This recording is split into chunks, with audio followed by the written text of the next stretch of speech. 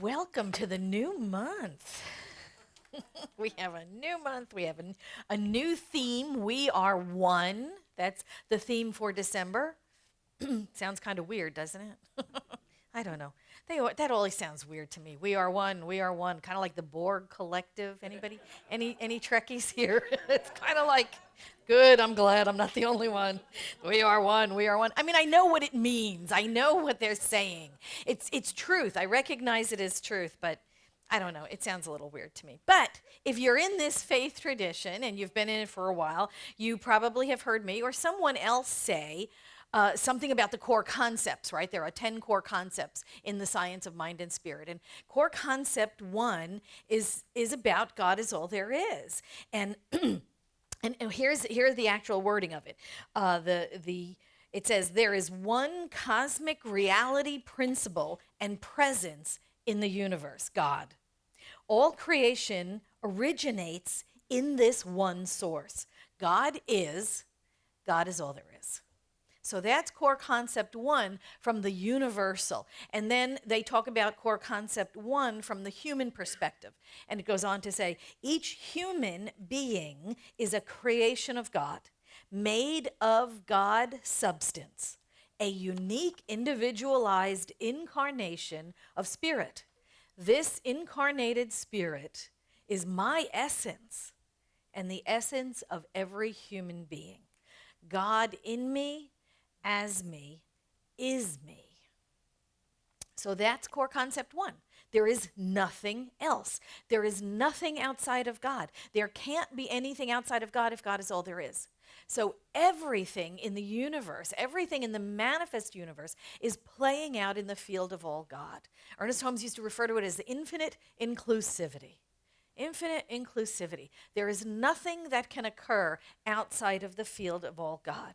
So you can see where I'm going with this. This is where my talk title is, right? That there is, one looks like many.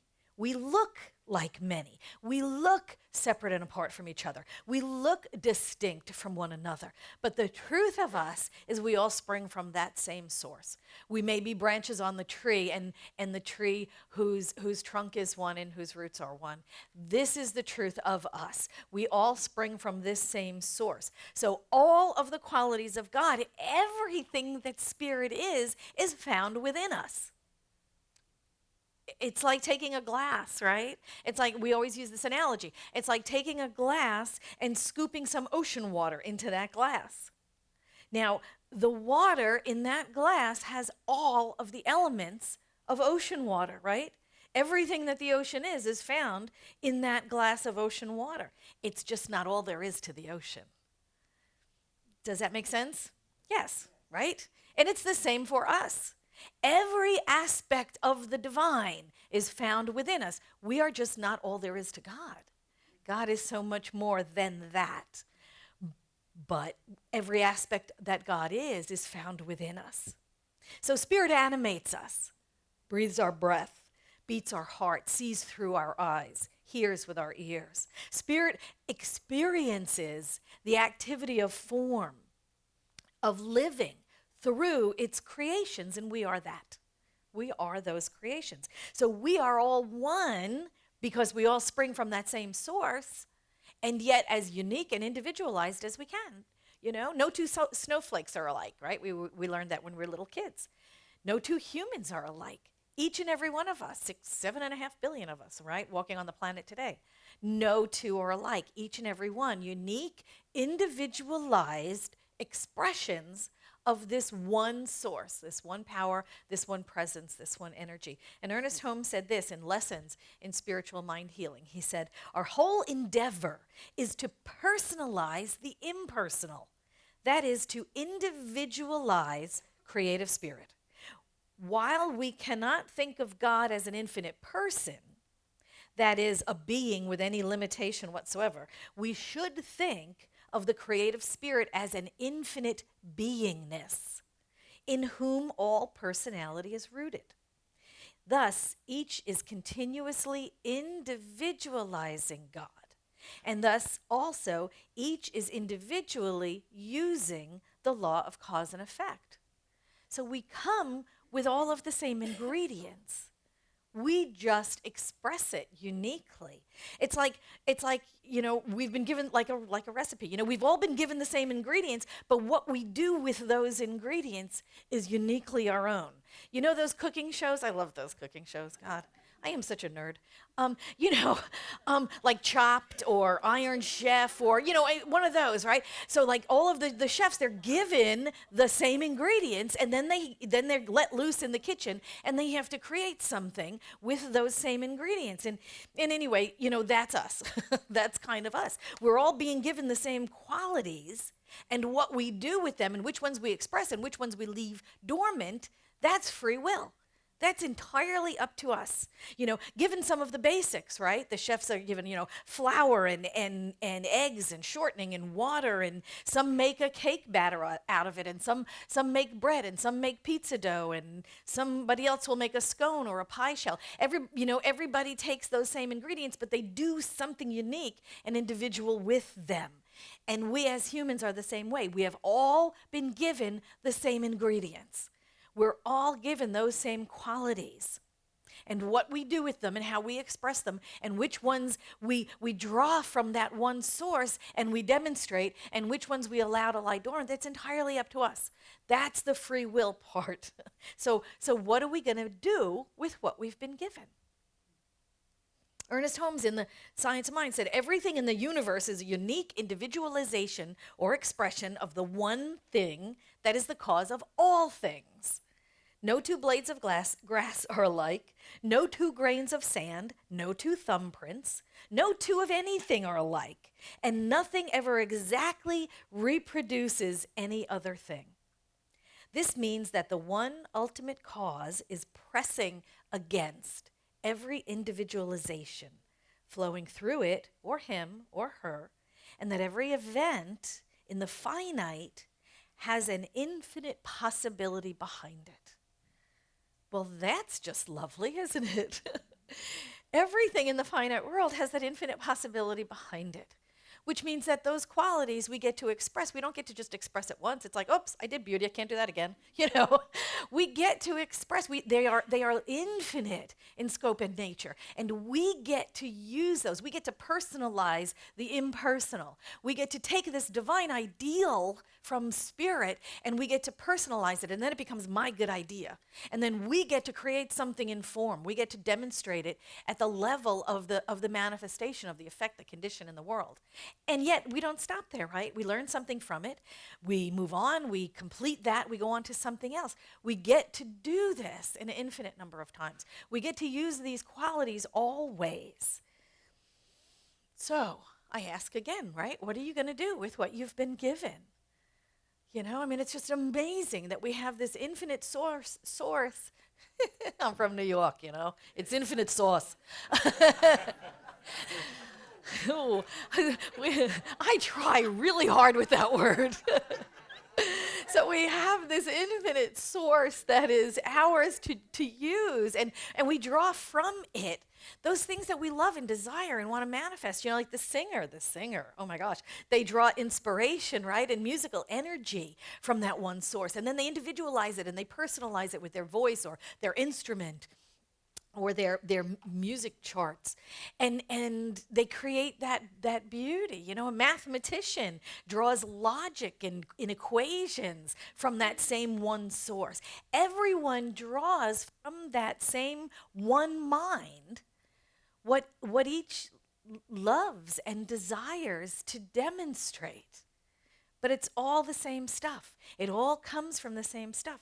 We are all of the same stuff. We all have access to the same stuff. And we are free to put it together uniquely and individually to please ourselves for the self-actualization. But we all come with those same ingredients to express. Ernest Holmes said this in the Beverly Hills Lectures. He said, our whole theory is that every person individualizes God. Every person in spirit is perfect. Breathe that in for a second. Every person in spirit is perfect. And Jesus said, "Be ye therefore perfect, even as your Father in heaven." So it is your Father and it is your heaven, or the higher self within us, that Jesus prayed to. Does that make sense? That, he goes on to say, that which is the cosmic self is now manifesting as the individual self. That's us. He goes on to say, the two selves are one. God is over all, in all, through all, and all in all. I am that I am. I am that which thou art. Thou art that which I am. And they all say it in various ways. So Ernest Holmes went on to say, so our basis is perfect God, perfect man, perfect woman, perfect being. That is the truth of our natures. We are all one. We all spring from the same energy. We all come from the same substance. We all contain within us the same qualities. How we use them, how we demonstrate them, how we let some of them languish and some of them, demonstrate over and over again, that's free will. That's completely up to us. So we have to get that. We have to get that. We are some part of the life of the divine, but everything that we are is divine. We are simply an activity of spirit. We're housed in a body. We're walking around in three-dimensional space and time, and we are an activity that spirit is having. There is nothing else true about us, but we are an activity of spirit. So you giving God a good time?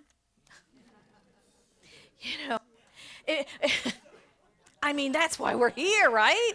We're here to express, to self-actualize, to explore and be awed by the wonder of it all. So if we're all made of the same stuff, that means we're all within us, we're all divine, right? That is the truth of us, is our divinity. So we are one with the divine, we're one as the divine, we're one in the divine stuff.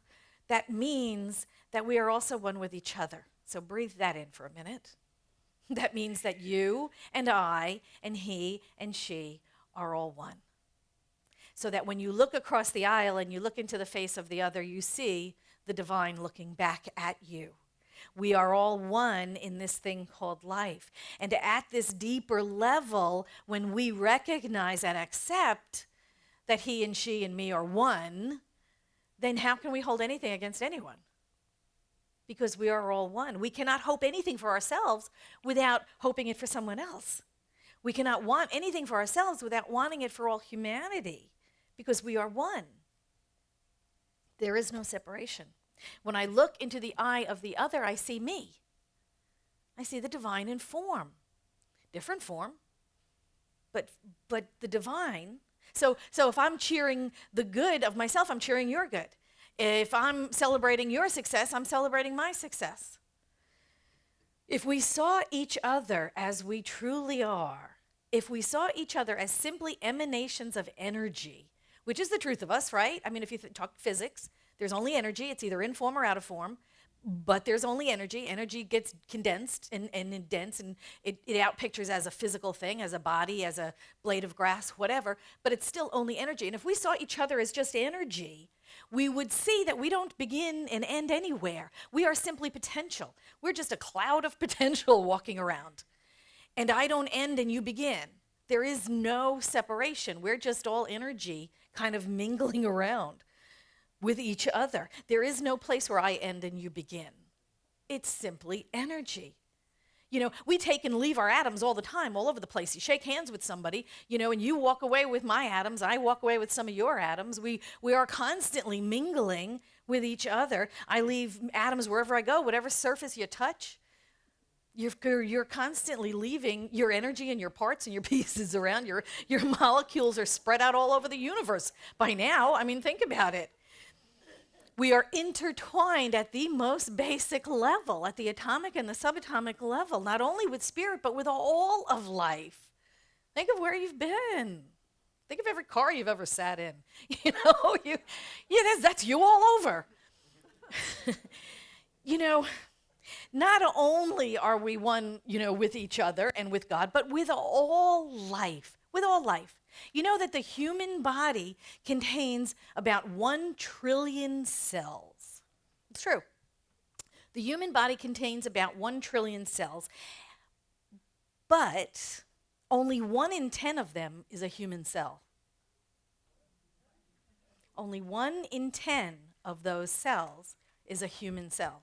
The other 9 are bacteria, viruses, various other microorganisms or whatever.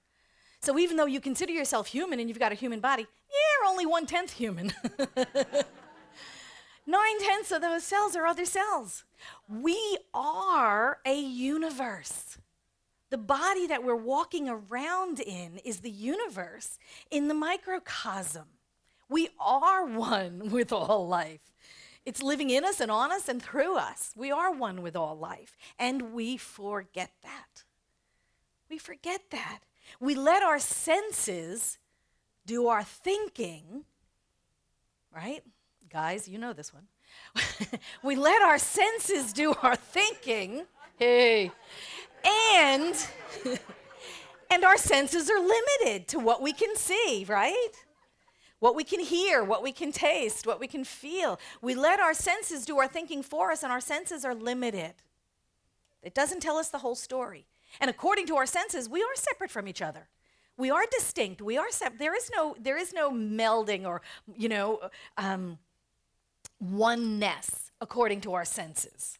We are each individual, separate and apart from other bodies, and that scares us. That scares us. Because in the deepest part of us, remember that seed of perfection I talked about earlier, in that deepest part of us, we know we're one. We know truth, right? And so there is that highest part of your brain that knows truth, that we are one, and yet our senses belie that. And our senses tell us something different. And so that idea of duality scares us. Deep down in our brains, we carry around with us that ancient part, right? In our pre-evolution, the brainstem with the pons and the midbrain and the medulla. We carry that around with us.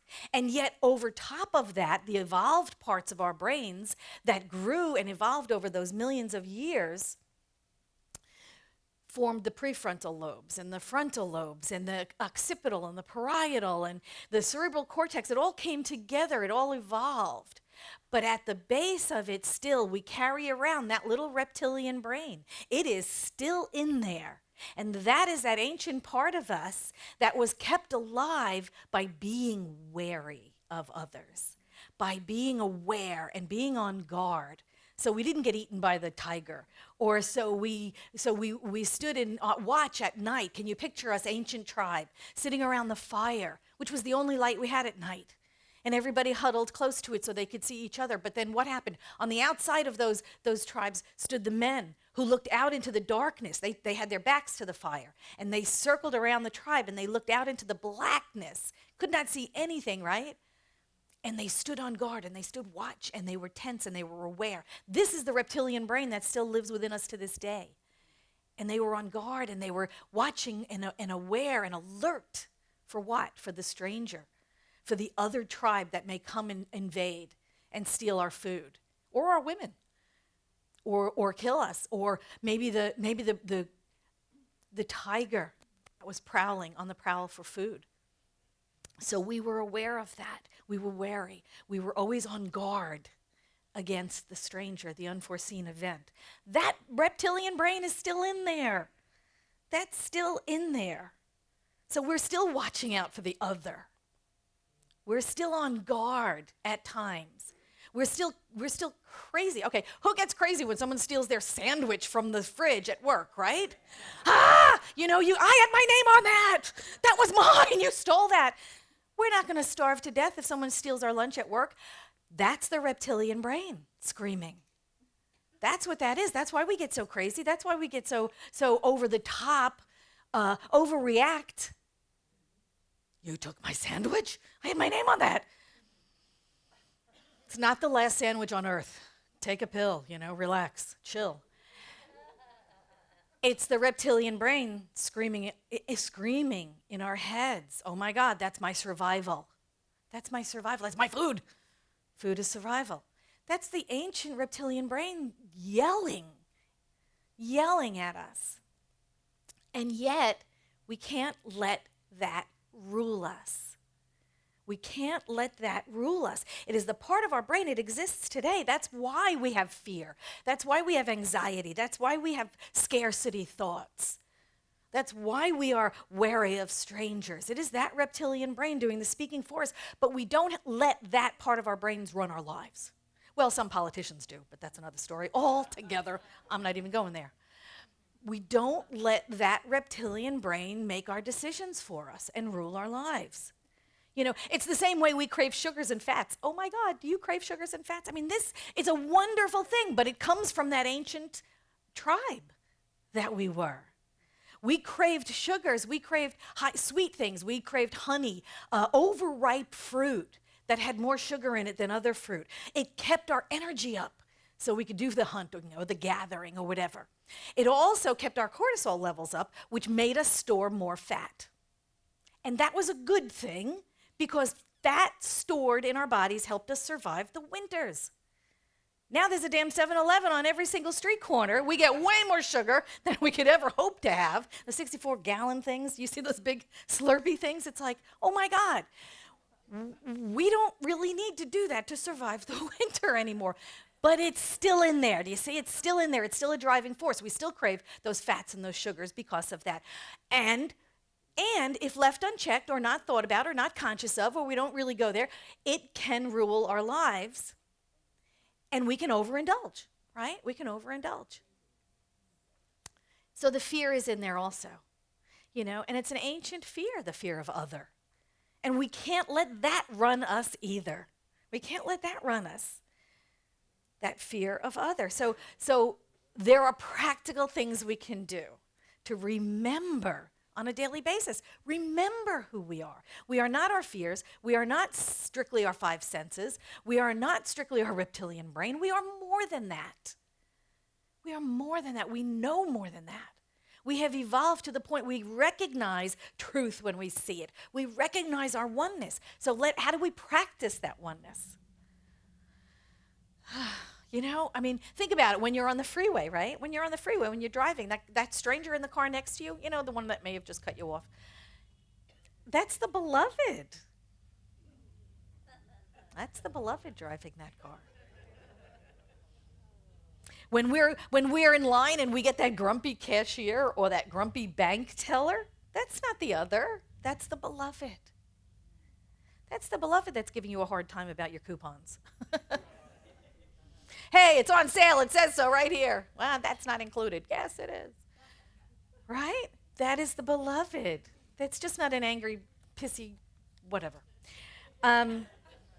It's the beloved. The boss, the employee, the ticket taker at the movie theater, the guy on the motorcycle. Perfect timing. I love it. It is also the beloved. All of it is the activity of spirit.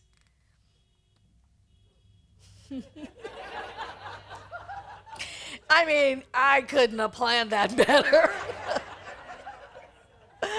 You gotta love it. The things that try our patience, the things that ruin our day, it's all the activity of the beloved. When we remember that on a daily basis, oh my gosh, I'm interacting with God, you know?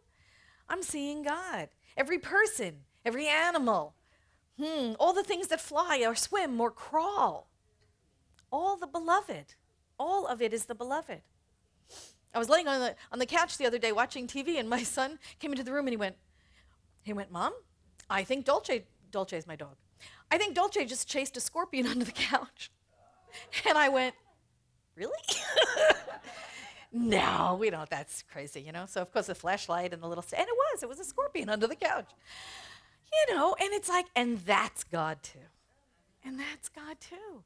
You know, so you trap it and you stick a little thing on it, you cart it outside, throw it in the bushes, you know? That's God, too. Whatever we see, whatever we come into contact with, that's God, too. When we say we are one, we really mean it.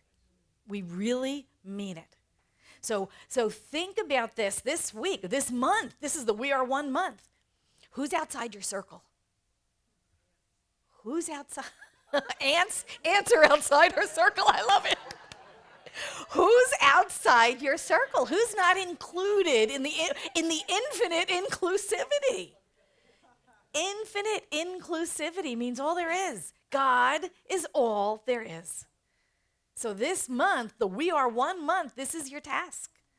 To seek out those places where you have kicked somebody out of your circle. Who's outside of the love of God as you? And include that person.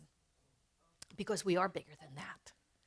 And that's our spiritual practice, isn't it? To see God everywhere we go. To see God in everyone. Not just the people we like. Everyone.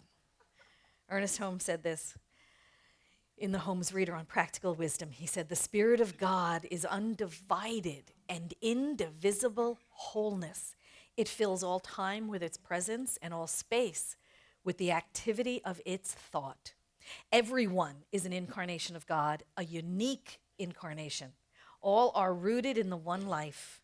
Your endeavor, then, is not so much to find God as it is to realize God's presence and to understand this presence is with you always. Nothing can be nearer to you than that which is the very essence of your being. Your outward search culminates in the greatest of all possible discoveries, finding God at the center of your own being. Life flows up from within you. We are one. We are one. We are one. Thank you.